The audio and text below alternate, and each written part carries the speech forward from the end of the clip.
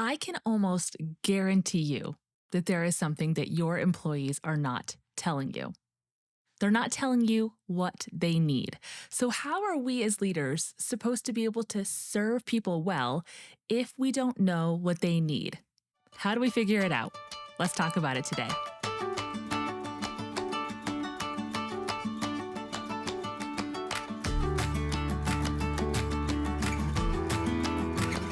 Hey, leaders, I'm Kara List, your leadership coach, and welcome to the Culture Keepers podcast. On this podcast, we discuss topics to empower you as leaders to cultivate thriving and connected workplace cultures. And if that feels overwhelming, I understand. But I have good news for you.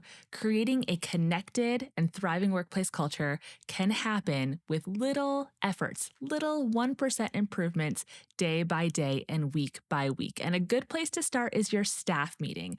So if you're sick of trying to figure out what to do to spark inspiration or connection or community in your staff meetings and you don't want to Google another lame icebreaker, then I have a guide for you that will help you boost connection in just the first 10 minutes of your staff meeting. It will instantly boost it in a way that is meaningful to your organization, to you, to your people. So go ahead and grab that free guide at www.heycaralist.com/kickoff or in the show notes. I was coaching a mid-level manager the other day, and she was just explaining to me how she was feeling inadequate, that she was concerned that she wasn't a great leader, wasn't doing a good job. And so I asked her what she needed from her supervisor in order to feel like she was doing a good job. What did she need to feel valued, seen, and validated in her work? And she said she needed to be told regularly that she was doing a good job. She just needed that verbal validation, that appreciation. You're doing a good job.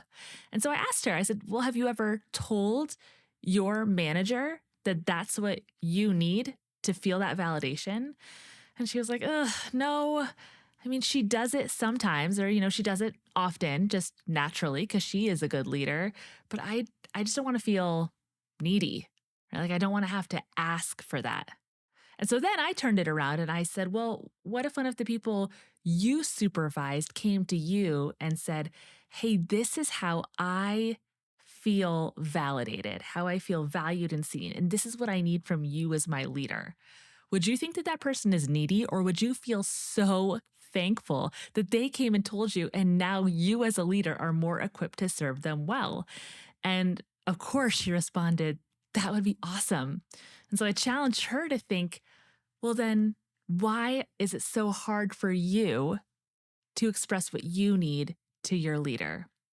And there are so many reasons why our employees find it hard to tell us what they need. I mean, we find it hard to tell people that we love what we need. So, of course, it's going to be really hard to tell an employer what it is that we need.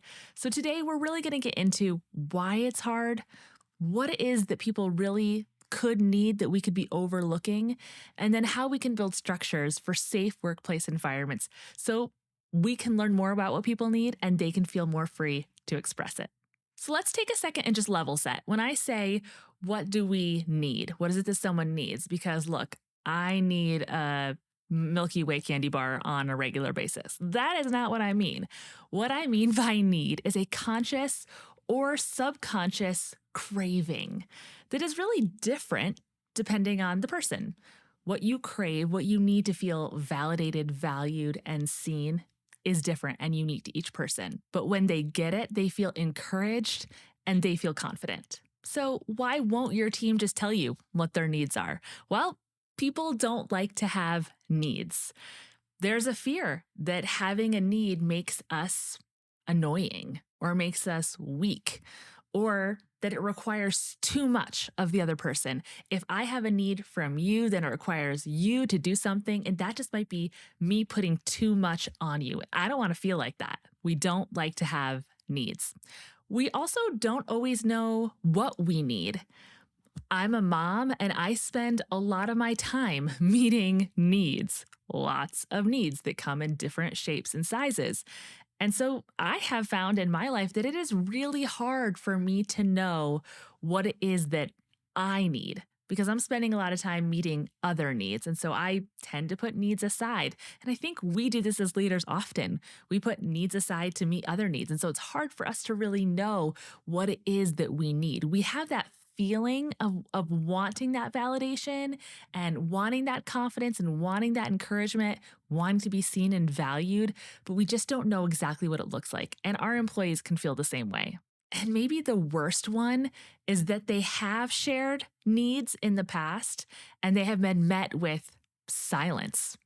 They spoke up and had a negative experience in the past with a leader, with an employer.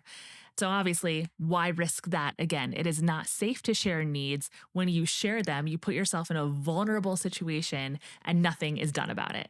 So, as I gave those three reasons of why your team might not just readily share what they need, I wonder if any of those resonate with you. If you either feel like you don't want to be needy, or you don't know what you need, or you've shared needs in the past and that has been misused or mistreated, that vulnerability. Do you resonate with any of those? I wonder if you could express what you need to feel validated or seen or valued. What do you need to feel like you're doing a good job? Well, like I said earlier, it's unique to each person. And for me, what I have discovered is that for me to feel like I'm doing a good job, I need a response from someone. I need an engaged response. I need collaboration. So often, when I have an idea, even an idea for this podcast or my other leadership content, I will bring it to my husband. And what makes me feel valued or validated in my ideas or in how I'm doing as a leadership coach isn't for him to say, "Good job, Kara. You're so awesome." Although he says those things. It's the back and forth. It's the him asking a question. Well, have you thought about this? What do you think about this? Or you're really onto something. Let's keep going with it. It's that response and that engagement. And often at my energy level, right? I would love for it to be met with the same energy I'm bringing. But that is how I feel seen, is when I express an idea or I share something and people respond and they engage with me. I think it would be easy to assume that when I say need, I mean like appreciation or recognition, but that's not always the case. Some other examples of needs are consideration. Some people just want to be considered, they want to be invited into a conversation, they want people to solicit their ideas. Some people need freedom. They need the space. They don't need the attention. They actually need the space, whether that's the space to get their work done or the space to have free flowing creative ideas, independence. Maybe they need the freedom to invent or create without restrictions or boundaries, just the opportunity to dream. Maybe they just need the freedom. Another need could be trust. They might really crave that you, as an employer, trust their judgment or trust their instincts. Some people need clarity.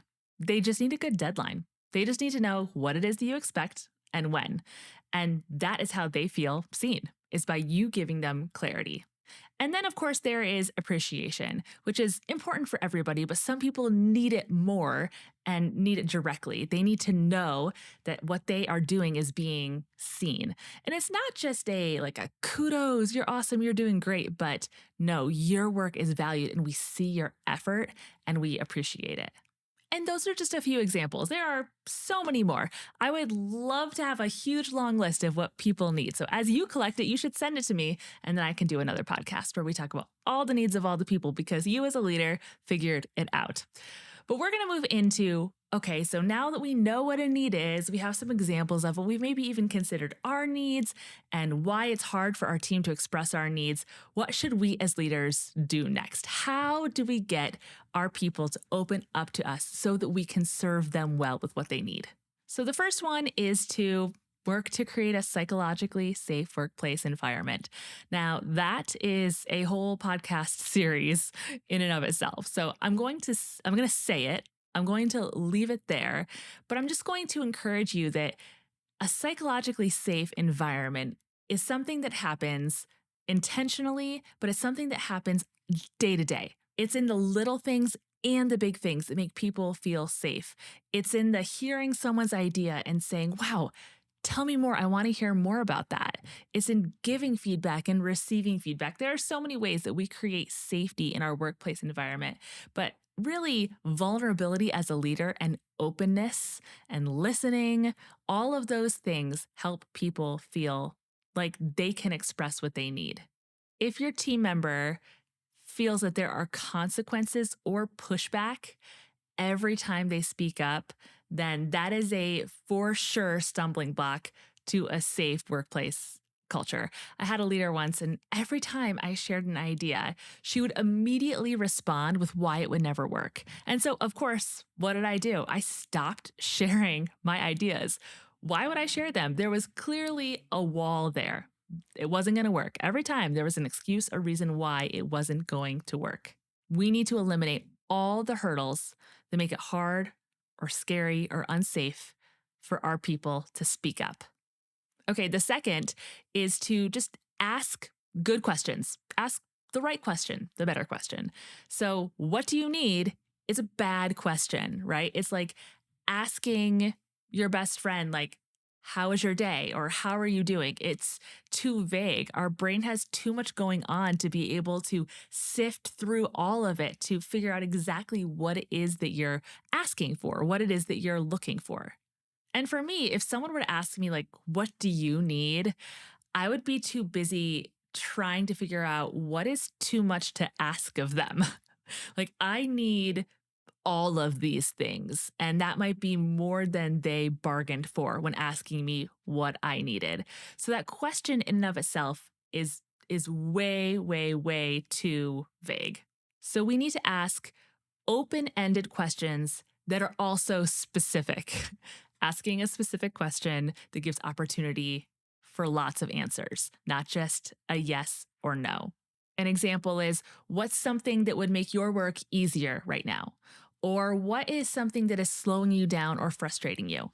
Or if you could have more resources right now, what would that look like? What would be a resource that would help you? Right? And those are going to be things that you can ask that are open ended, gives people the opportunity to share what they want to share, but it's also specific enough to guide their answer. And you're not just asking, what do you need? The third thing is to actively listen. So to ask with curiosity. Curiosity is not just a good question. Curiosity is the desire to be surprised. It's, I actually don't know what you're going to say. I'm going to eliminate all of the assumptions of what I think you're going to say and allow myself to be surprised. That is genuine curiosity. And so if you're curious, then you need to listen so you can actually be surprised. And also, active listening means distraction free. It means eye contact. It means nodding your head. It means repeating, okay, I hear you saying this. Tell me more. Am I hearing you correctly? What am I missing? It is not only showing you are engaged, but it is showing that you want to get as much information as you can. You want to understand. And then the fourth thing is to prove it. For those people who had bad previous experiences, this is where the difference happens. This is how you are a different and a better leader. You are a trustworthy, safe leader, is by proving it, by following up, by actually trying to help them in giving them what they need. And these could be small little differences, but those small little differences can make a huge impact. Even just checking in, following up on the conversation. It's actually doing the thing that they ask for, but then following up and saying, hey, how are you doing? Is this helping after this adjustment that we made? Or now that I know this information, do you feel more valued and seen? And hopefully they would feel safe to answer honestly. But even just the follow up is showing them that you care. Okay, so how you're going to get your team to open up more is by creating a psychologically safe workplace culture, by asking the right questions, actively listening, and then proving it. You might have a structure where this works really well in a one-on-one meeting setting, right? Where you can dive deep into this, but maybe you oversee a lot of people and you don't have the luxury of one-on-one meetings. Or maybe you can recognize that right now this approach wouldn't work in a one-on-one meeting. Maybe you have just more you need to do, more work that needs to happen in order for people to feel safe. Maybe you've entered a workplace culture that is toxic, or maybe you just notice that it's slowly eroding, and that's okay. You can turn it around by these step by step transformations in your workplace culture, these intentional efforts to build connection. And so, if that is the case, then maybe it's a survey, an anonymous survey. Maybe it's a Dropbox, right? It's something where people can give you information anonymously. And uh, that's hard, right? Because you're not going to know who is speaking for what need, but you'll get a general consensus of the need. And you could just start showing maybe larger scale efforts to meet those needs. And then over time, you'll be able to speak more specifically as people feel more safe to open up and to share those things. So I have two final thoughts for you, challenges really for you as a leader. And one is to make this a habit. Don't wait until people are so desperate, like people are so overwhelmed that you need to be like, okay, what do you need? Be proactive about asking people, finding out, using these strategies to really learn what people need. Put it on your calendar. Make it a part of your one-on-ones. Make it a part of your staff meetings. Find a way for accountability for yourself to make asking a habit, just a regular habit. My other final thought for you is to thank people for their bravery when they share.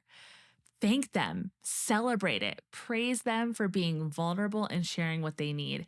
And then be willing to share what you need. And now I know this is a different relationship, right? Your employees are not responsible to meet your needs in the same way that you are responsible as their employer.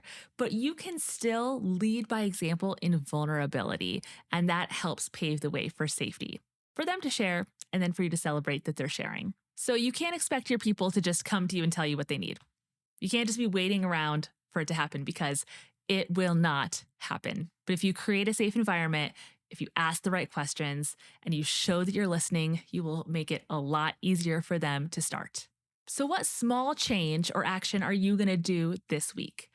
What are you going to ask your team in a large group or just in a one on one? What open ended question are you going to ask them? And then see where it leads.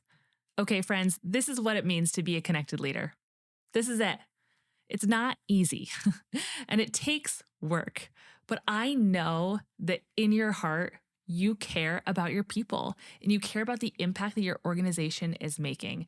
And so by being a connecting leader, someone who is connecting your people to their cause, to their community, and to their contribution, you are doing the most important work that you can possibly be doing. So keep it up. I am here cheering you on. And until next week, friends, have a good one.